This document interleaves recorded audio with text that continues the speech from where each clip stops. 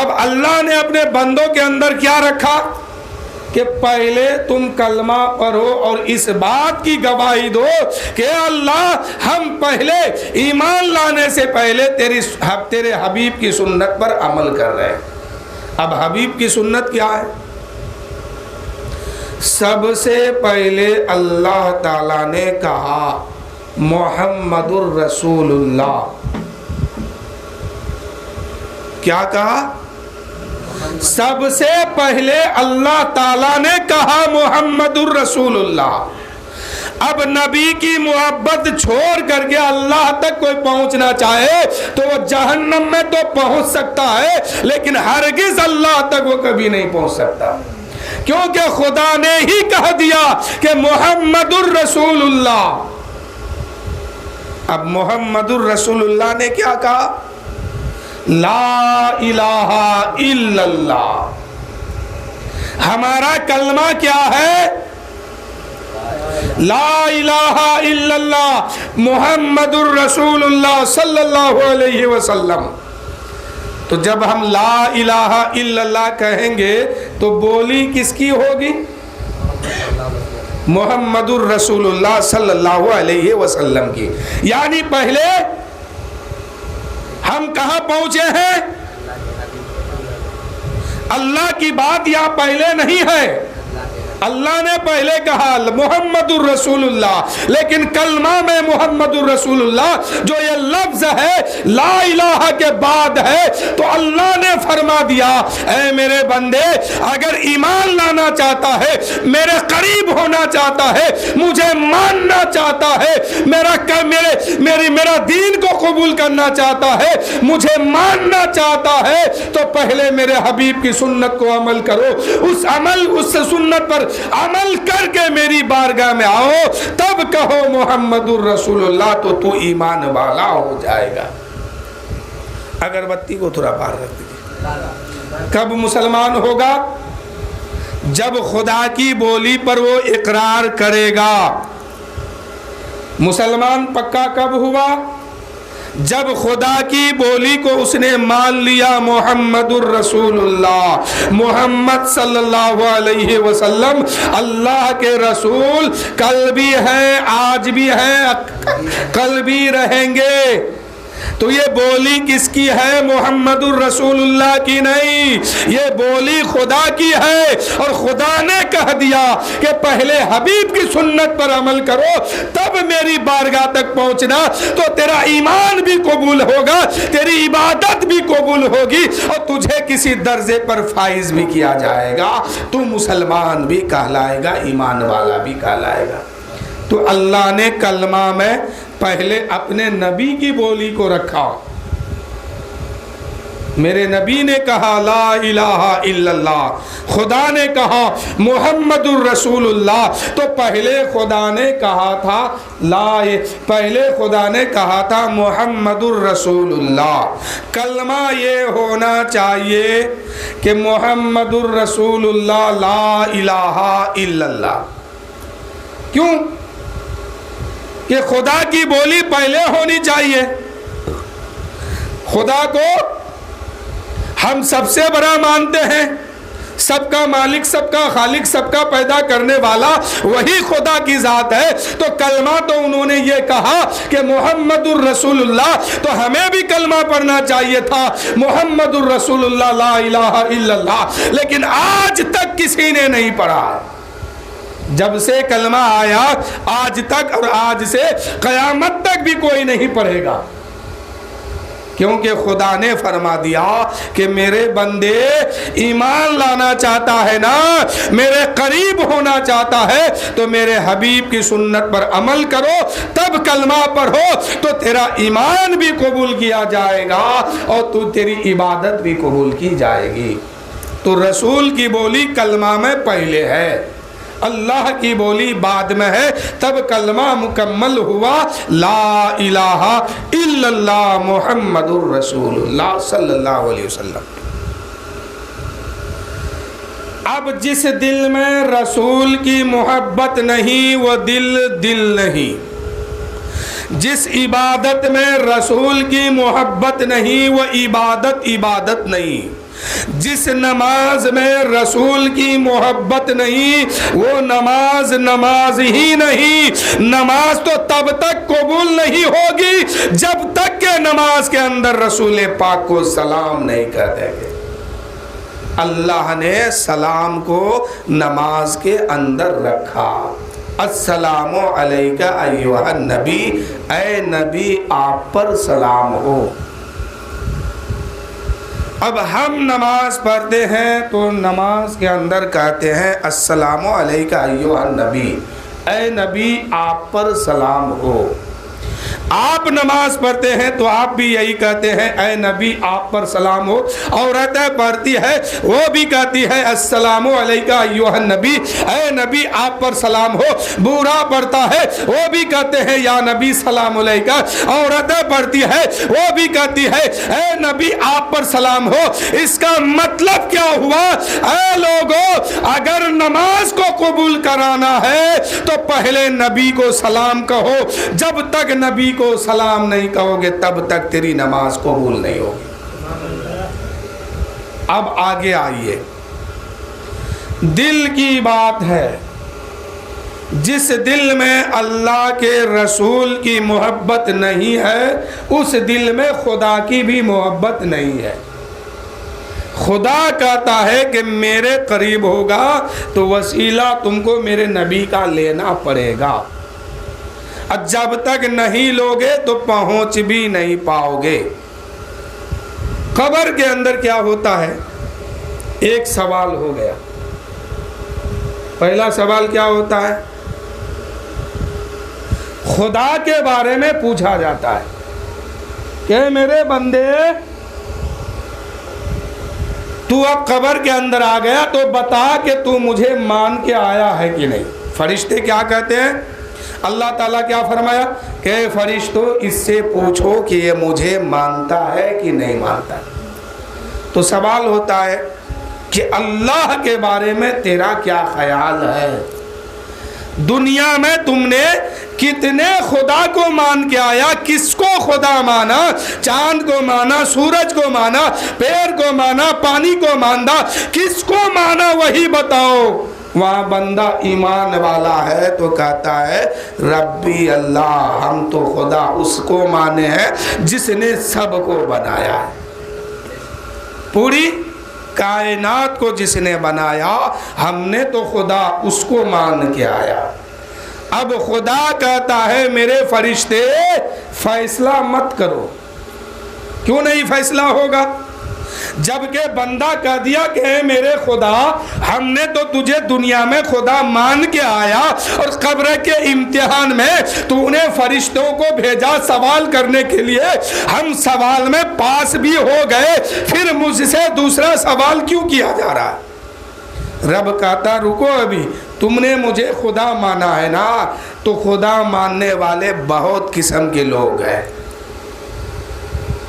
قادیانی خدا کو خدا مانتا ہے، نچرانی خدا کو خدا مانتا ہے، رافضی خدا کو خدا مانتا ہے، شیعہ خدا کو خدا مانتا ہے، مسلمان خدا کو خدا مانتا ہے، یہودی نصرانی یعنی بہت قسم کے لوگ خدا کو خدا مانتا ہے.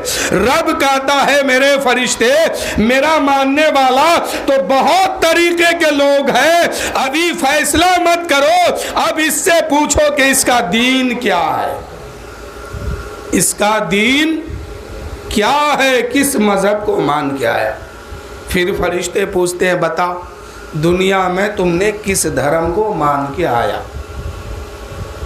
ایمان والا ہے تو کہتا ہے میرا دین اسلام ہے، ہم اس دین پر چل کے آئے ہیں، ہم اس دین پر عمل کر کے آئے ہیں، ہم اسلام کو مانے ہیں، شریعت پہ چل کے آئے ہیں. اللہ کی بارگاہ سے آواز آتی ہے میرے فرشتے بات تو اس نے سچ کہہ دی ہے لیکن فیصلہ مت کرنا. بندہ کہتا ہے میرے پاک پروردگار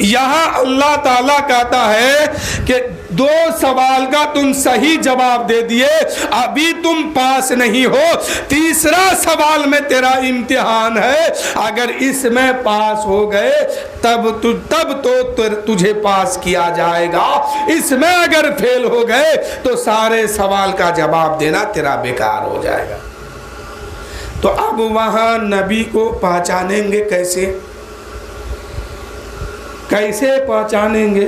ہم نے نبی کو دیکھا نہیں ہے، رسول کو دیکھا نہیں کہ میرا پیغمبر کیسے تھے، کتابوں میں پڑھ کے جانتے ہیں کہ میرے نبی کی سیرت یہ ہے، میرے نبی کی تعریف یہ ہے، میرے پیغمبر کا چہرہ ایسا تھا، بال مبارک ایسے تھے، ہاتھ مبارک ایسے تھے، داڑھی مبارک ایسے تھے، یہ تو پڑھ کے سنے اور سیکھے، لیکن دیکھے نہیں ہے۔ پہچانیں گے کیسے؟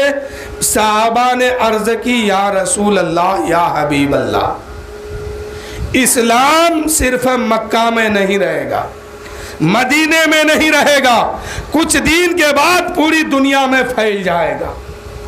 جو لوگ آپ کو نہیں دیکھے ہیں قبر کی دنیا میں، وہ لوگ آپ کو پہچانیں گے کیسے؟ تو میرے آقا نے بڑا پیارا جواب دیا۔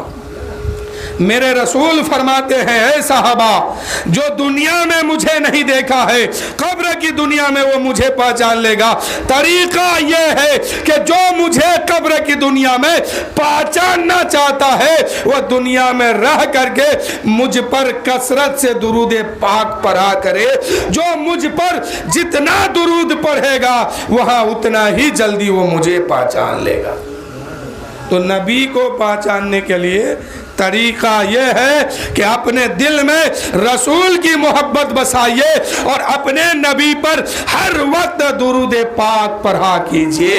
جب موقع ملے آج آپ درود پاک پڑھیں گے، ابھی پڑھیں گے، فرشتے آپ کے نام کو لیں گے، آپ کے باپ کے نام کو لیں گے، آپ کے خاندان کے نام کو لیں گے، آپ کے گاؤں کا نام لیں گے، کس شہر سے ہے، کس دیہات سے ہے، کس علاقے سے ہے، یہ ساری بات فرشتے جو ہے اللہ کے رسول کے روضے تک پہنچا دیں گے اور کہیں گے یا رسول اللہ فلاں کا بیٹا فلاں آدمی ہے، فلاں کی بیٹی فلاں ہے، فلاں کی بیوی فلاں ہے، فلاں کا شوہر فلاں ہے، فلاں گاؤں کے رہنے والے ہیں، فلاں شہر کے رہنے والے ہیں، فلاں علاقے کے رہنے والے ہیں، یا رسول اللہ وہاں کے لوگ آپ پر درود پاک بھیجے۔